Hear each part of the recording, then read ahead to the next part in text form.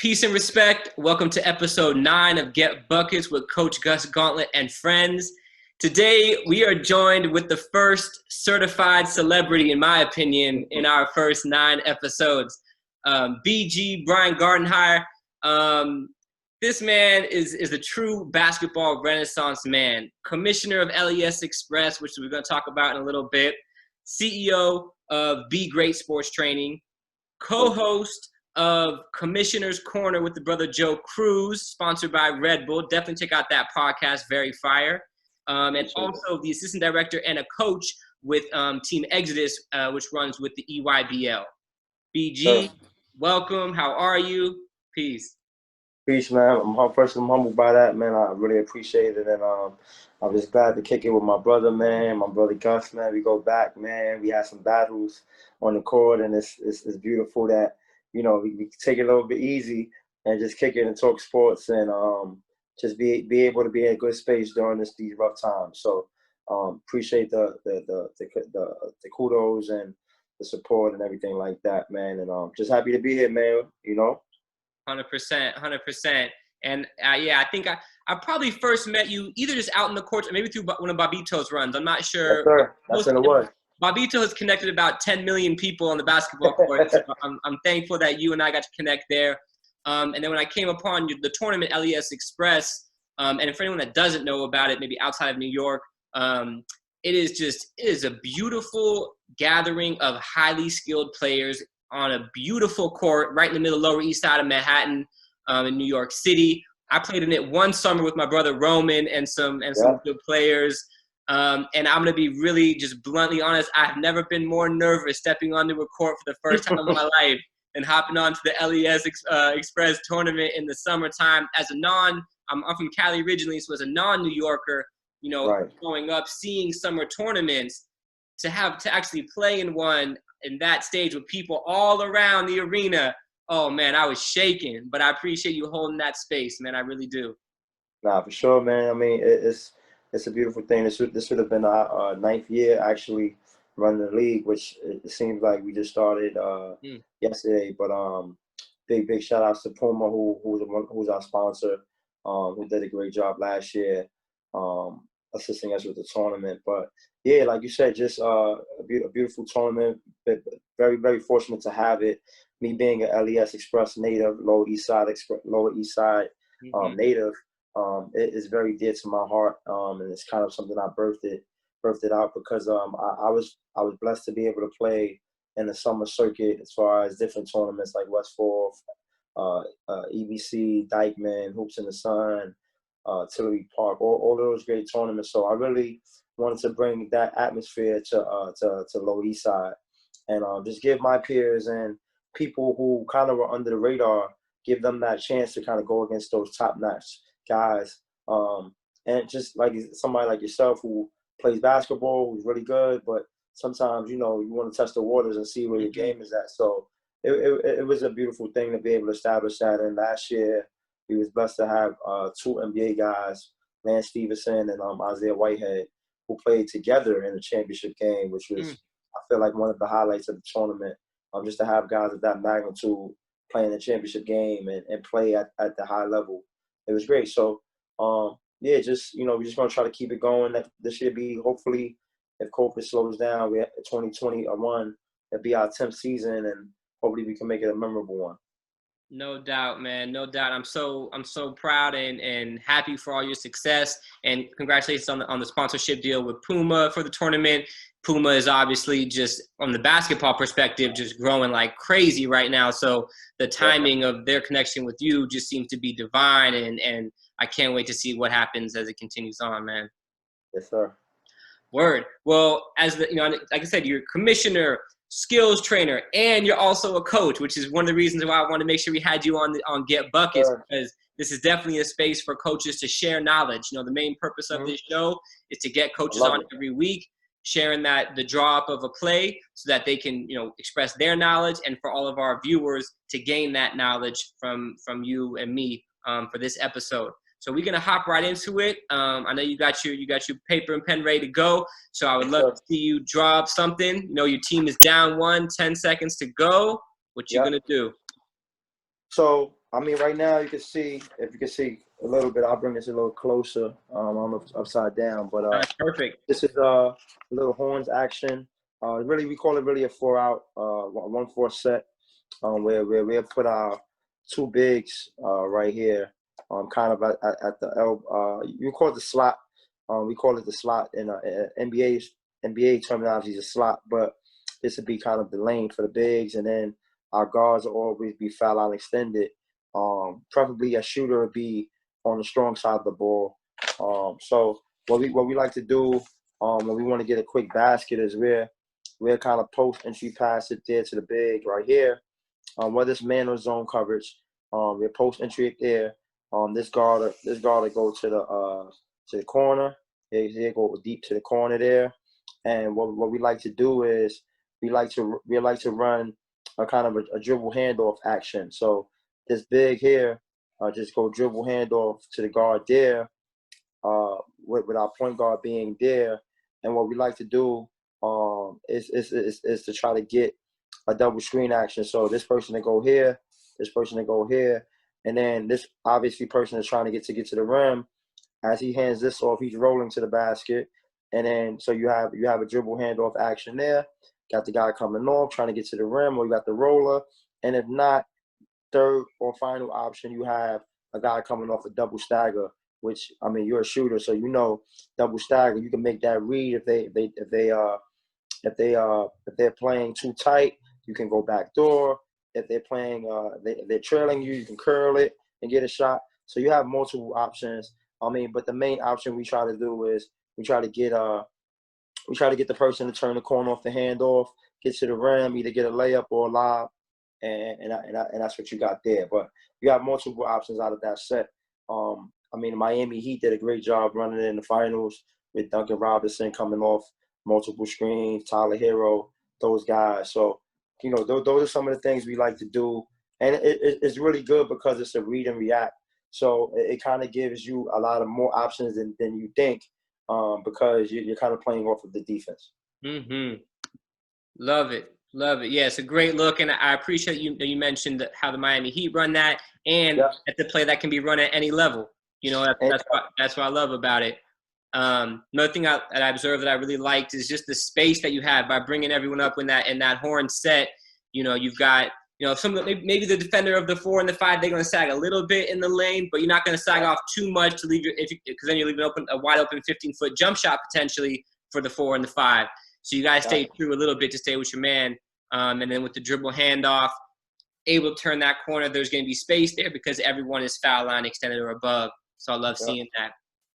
Yeah. So I mean, it's if you have I mean, you obviously want to put your stronger shooter, like you said, who's the big and passer. I mean, Jokovic did a great job in the playoffs as well with Jamal Murray running that pistol action, kind of getting it to him, getting downhill. He can either fake the handoff, like you said, if the big backs up and tries to kind of ice it, or, you know, if you're playing high school, college level, if the big sags off and your big can knock down that 3 or that 18-footer, you're in trouble. You know what I mean? So we try to do that, and sometimes we won't even go foul line extended. Sometimes we'll just put the shooter deep corner and just give them even more room, like yourself when you used to play, to get that running start, to get that handoff, because now if the person tries to jump the lane, you got a quick back door. You know what I mean? You got so many different things you can do. So, I mean, a lot of people in the NBA are running that horns action, or Toronto calls it a hammer action, where they do that and they just put 3 people on the opposite side and the 2 on the strong side.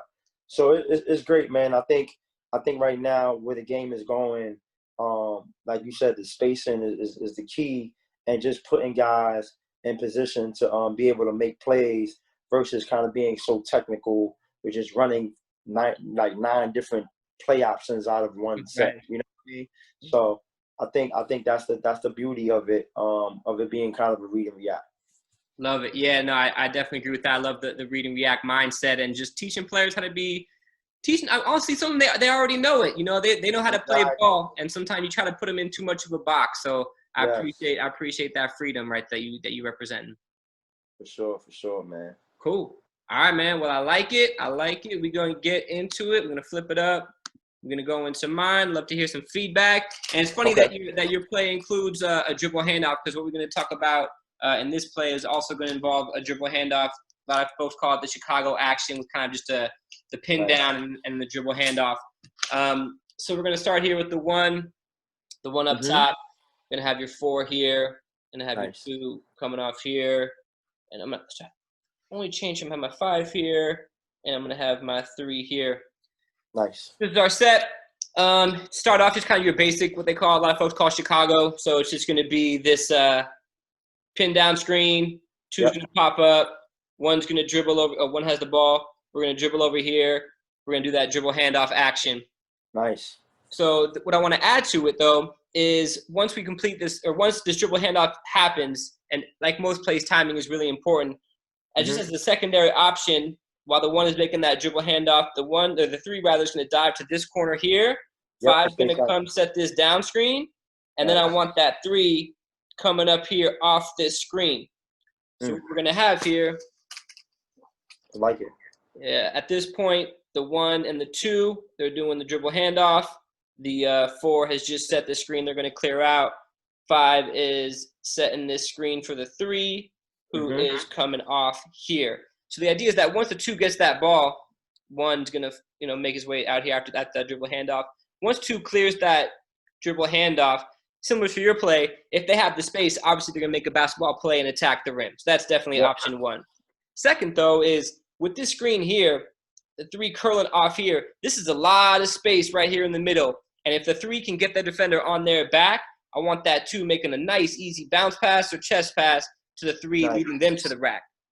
So the second, if the 5 sees this and the defender of the 5 tries to switch this, then that's fine. Even better. Yep, that's fine. They can, if they need to switch that. Let's say the 2 gets held up here. Let's say the 5 defender switches on the 3, and we lose that. The 3 is just going to continue that cut, clear out that man, and now the 5 has that 3's defender on his back, and that's just a bunch of space diving right here, and the 2 can find them there. So I'm not really concerned on the switch, because if they switch, 3 is going to clear out, and 5 is going to have a defender on their back, and it's going to be a smaller defender from the 3. I love it. So I got a question for you. Yes, sir. Because you're a great basketball mind. Off the 2 handoff, right, from the where was your 4? Now your 4, would you want him to roll short to the corner on the initial pin down? Yeah. Where would your 4 be? Absolutely. That's a great question. So because 1 is going to clear out here, just about to the corner, I actually just want them to take a few steps. It's going to start to get a little crowded over here. Yep. But the 1 is already here, dive into the corner, because sometimes on this action too, if for any reason after this dribble handoff, maybe the 1's defender gets lost in the shuffle of the dribble handoff, sometimes that 1 can make a quick dive to the corner, and once that 2 turns, they may have a pass here to the 1 in that corner. Quick driving kick. Yep. Absolutely. Nice. So by the end of the play, if everything gets covered, we are going to have some traffic over here, but I'm not too concerned with that. This is a play with 10 seconds left. We're really looking for an option. Quick hitters. Absolutely. Quick hitters all day. So that's the action, just kind of an extension off of Chicago, and just, again, creating a lot of space, and hopefully we get that bucket. That's nice, man. Beautiful. Yes, sir. I love it. Yes, love it, bro. I love it. Word. Thank you. All right. Well, just like every show, I always like to wrap it up with just, an unscripted question to you. And my question to you is, one thing I really appreciate, and definitely check out BG's Instagram, BG_Mr. LES Express. Is that correct? Yes, sir. BG_Mr. LES Express. Yep. Awesome. Lots of good. I see you posting the training videos that you're doing with a lot of young players, pro players, overseas players. So I'm interested, in your training of players right now, what do you find is one of the more challenging, whether it be skills or mentalities? What is one of the most important things that you feel like you want young players to be really sharp on in order to get to that next level? Is there one thing in particular, whether it be a mindset or a skill set, that you think is really, really important that young players really need to develop?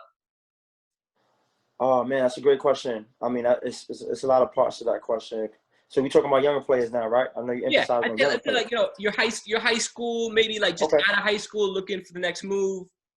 So I think for me, and again, I answered the first part of that question. I think the best thing for to emphasize is KYP, and I know a lot of people, basketball people, know that is. That's know your personnel, Mm-hmm. and then it's KYS, is know yourself.